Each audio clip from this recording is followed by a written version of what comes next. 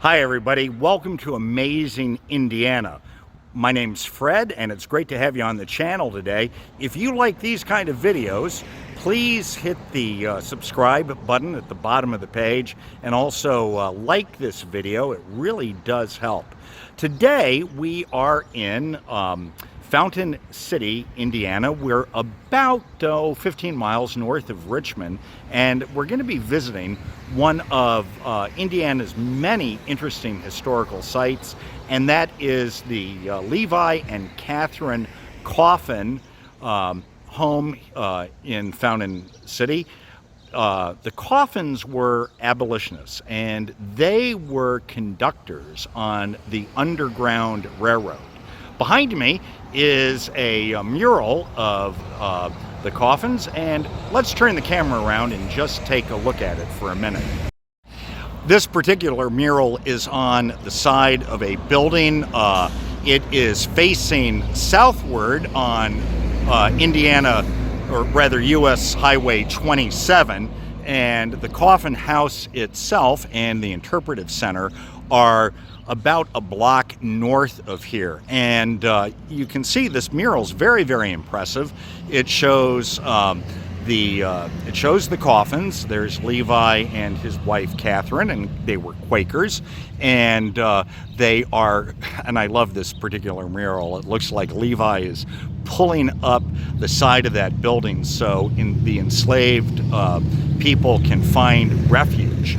And Levi did give refuge to many enslaved people in his home, and he helped them as they made their bid from freedom. The mural is, to me, very interesting. You can see that it appears to be wintertime, and you can see some comets up in the sky, and you can see the moon, and again you can see the Coffins, and you can see Levi with his lantern lifting up the side of the building so that those enslaved people will find welcome and refuge. We're going to go into the Interpretive Center and the Levi Coffin House in just a little bit. It is run by the Indiana Historical Society, and you can sign up for tours and tour the inside of the house and see all kinds of interesting things. Especially the most interesting thing is to see where the Coffins hid enslaved people. We're walking up the street now from the mural, going north on US Highway 27, and the brick building that you see over on the right-hand side of the road, that indeed is the Coffin home, and that's where they hid enslaved people. And the white building past that is the Interpretive Center, which was built in, I believe, 2016. It gives a brief history of slavery in the United States, and also the importance of Indiana in the Underground Railroad movement. So a very fascinating piece of history, and one that a lot of Hoosiers, I don't think, are actually aware of. Fountain City is not exactly a metropolis, and it's one of those places really that you have to want to get to. Now, if you're coming down from Fort Wayne to Richmond, Indiana, you would pass right by these two buildings. However, you almost have to be looking for them. And I fear that there are many people who drive past these two buildings and they don't stop and take the time to learn about Indiana's very important place in the history of the abolitionist movement and also the Underground Railroad. And here's the historical marker, which further describes the Levi Coffin House. You can see from the sign that he moved here from North Carolina because he and his wife Catherine were opposed to slavery. And interestingly enough, when he opened his store here in Well, wait for that car with the muffler problems to go by. When he and his wife opened their store here in what was then Newport, Indiana, they sold products that were not produced by slaves. So he kind of was a person who took part in a boycott. And let's take a look at the other part of the sign. And he also produced a book called Reminiscences, which tells about his work with the Underground Railroad. So what I like about this sign also is you can see two enslaved people looking up into the sky, and they see the Big Dipper and they see the North Star. And you may recall from history lessons in school that enslaved people who were seeking their freedom were told to look for the Dipper or the drinking gourd, and they then were told to find the North Star. And you can see the Big Dipper and the two end stars point to the North Star, and that is how they navigated their way north. That's how they found their way to freedom, and Indiana was instrumental in that story. And again, some more information. Here's a commemorative marker from the U.S. Department of the Interior, circa 1965, that this house is now a protected historical site. And this particular plaque is amazing to me. I'll read it to you. This house was called the Union Depot of the Underground Railroad, and more than 2,000 escaped slaves were cared for here. What an amazing thing. And it happened right here in Indiana. And one of the things which really concerns me is that so few of the people of this state, I think, really know just how inspiring our state's history is in the abolitionist movement.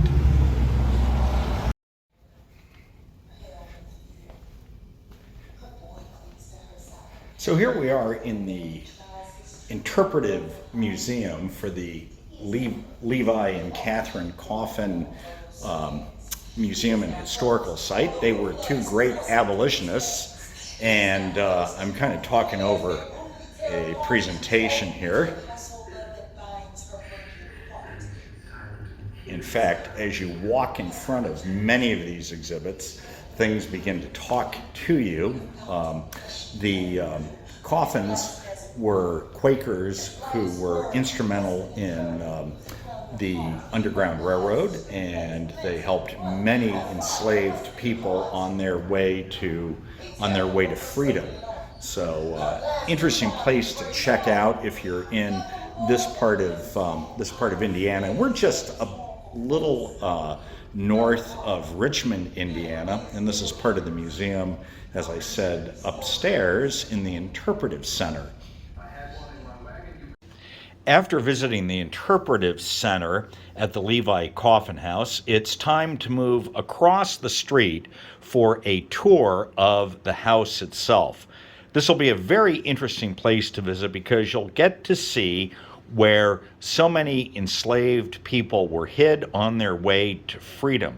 Before traveling over to the house, there is an informative 15 or 20-minute video which describes the abolitionist movement in Indiana and particularly the work of the Coffins.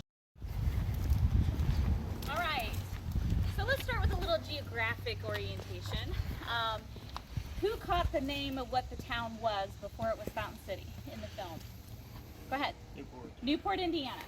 We don't know why they called it Newport, Indiana. This is our waterway right here, Nolan Port Creek. So we're not really the port of anything. Originally the town was called New Garden, and in the early 1830s it changed to Newport. We don't know why. But towards the end of the tour I will talk about why there was a change to the name Fountain City, because it's going to reflect to something that you're going to see inside the house and with one of the stories we have.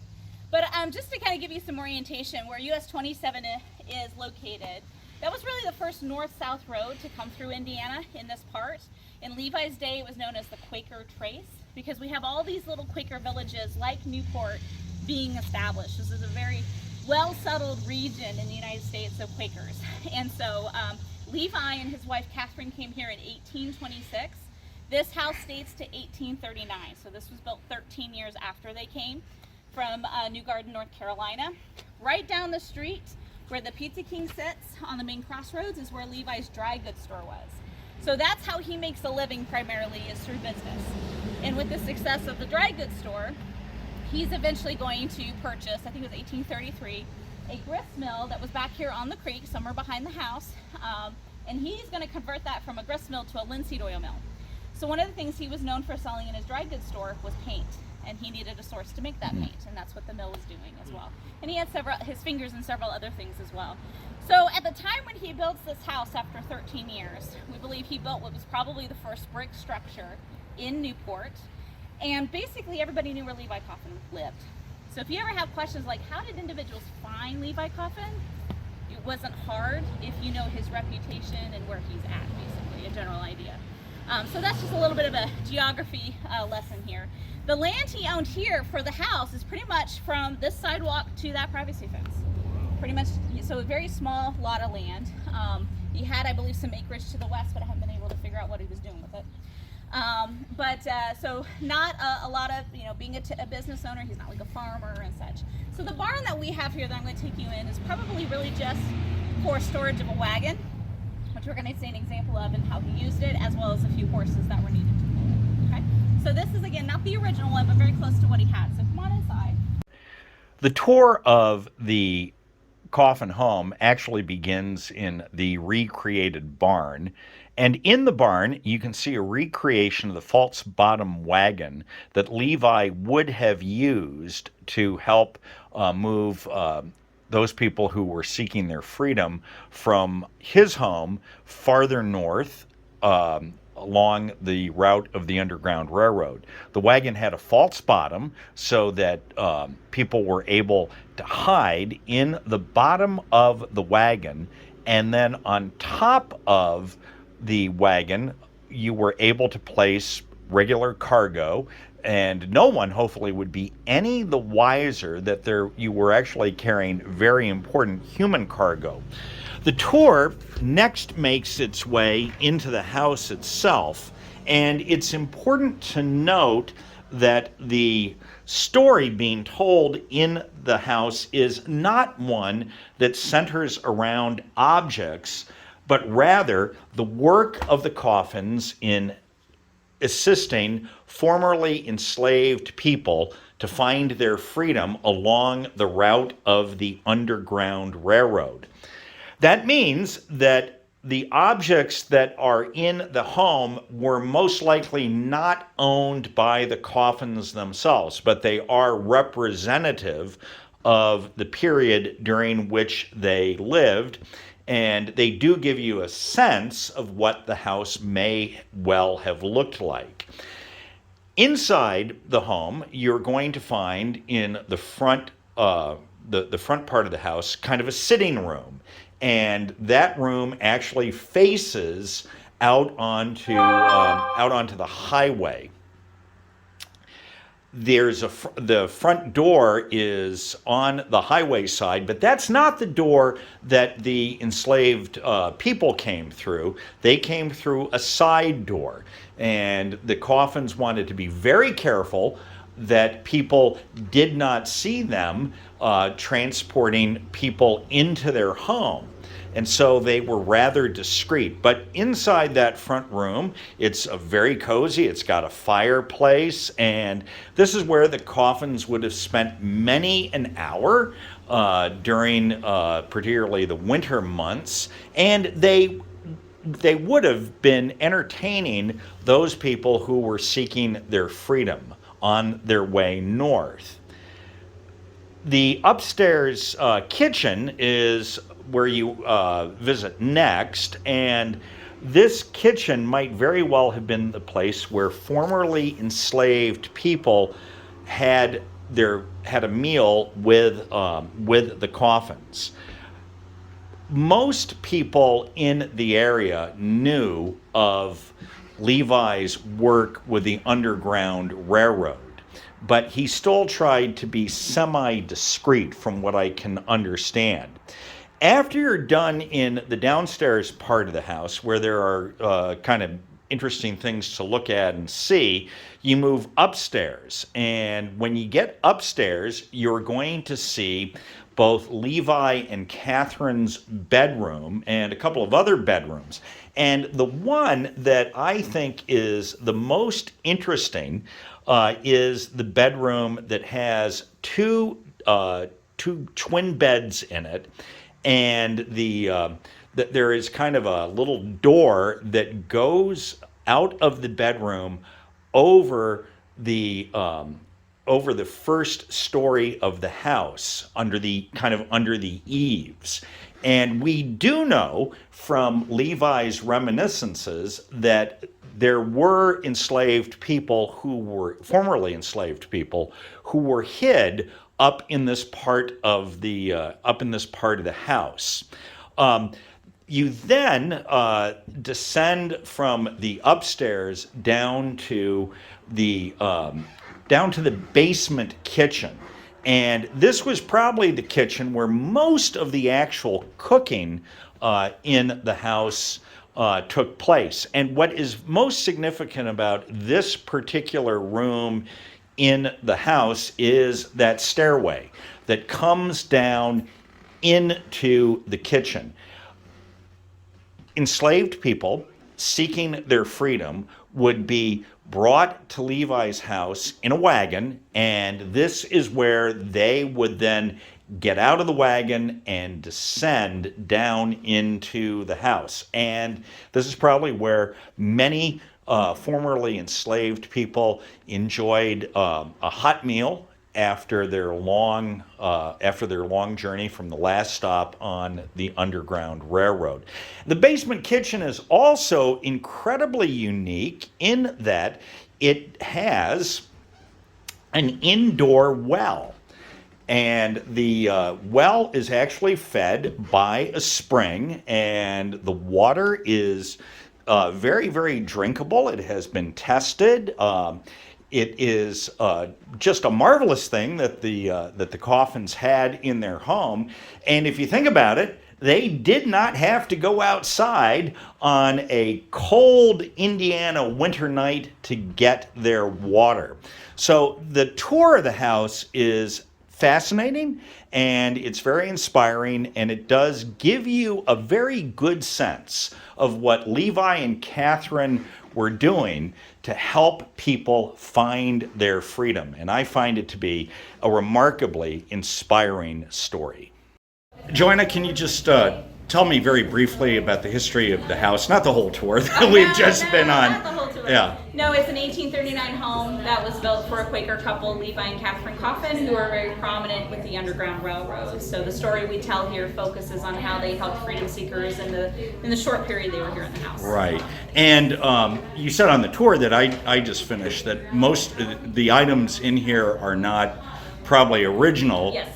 And your concern more is just telling the story of the Underground Railroad. Right. The story of the Underground Railroad is a human story. It's Right. people helping people. Right. So our focus is connecting parts of the house to some of the stories we know about the Coffins. And do you have one particular favorite Coffin story that you've heard? Or you were talking about there's not a lot we know about them. Yeah. Is there something that you've heard that's humorous or interesting? I'm trying to think of one that's not too long. So. Okay, that's fine. But Levi actually had to go to court here in Wayne County to answer questions about aiding runaway slaves. Right. And so, and he honestly said, well, I've had people in my home who have told me they're runaway slaves.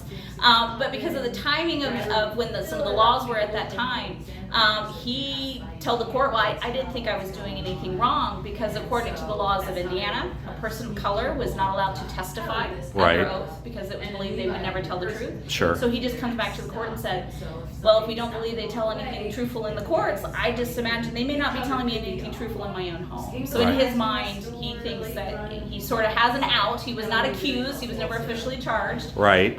He told the truth. Yeah. But by admitting the truth, he still got away with it. Oh goodness! Well, that's an interesting story. And again, how many enslaved people do we think he helped? He estimates in his book 100 people over a 20-year period just for Indiana. Wow. And I think later in Cincinnati, I believe his estimate is close to 1,000. Goodness. Okay, because there's a plaque out front that says something about 2,000 people. So if you think about 20 years, 100 people per year, that is Oh, potentially I see. Okay, very interesting. Well, and again, what time is the museum open? We're currently open to the public Wednesdays through Sunday, 10 to 5. Right. And does that do you have any hours during the does it decrease during the winter or the? We try to keep the most consistent schedule we can, and we're open year round. Very good. Well, thank you very much. I appreciate your help. Thank you. I hope you enjoyed your visit to the Levi and Catherine Coffin House in Fountain City, Indiana.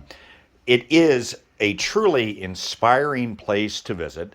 You'll learn a lot about the abolitionist movement and the dark mark of slavery in the United States. I would also suggest that if you are a parent who wants to teach your children more about history, this would be a great place to take them. I do know from previous visits that many homeschool groups come through the Levi and Catherine Coffin House. Well, again, I hope you enjoyed your visit with me to the Coffin home and this series, Amazing Indiana. Please subscribe to the channel and also like this video. I will leave in the description section a link to the Indiana Historical Society so you can find out more about visiting the Coffin House.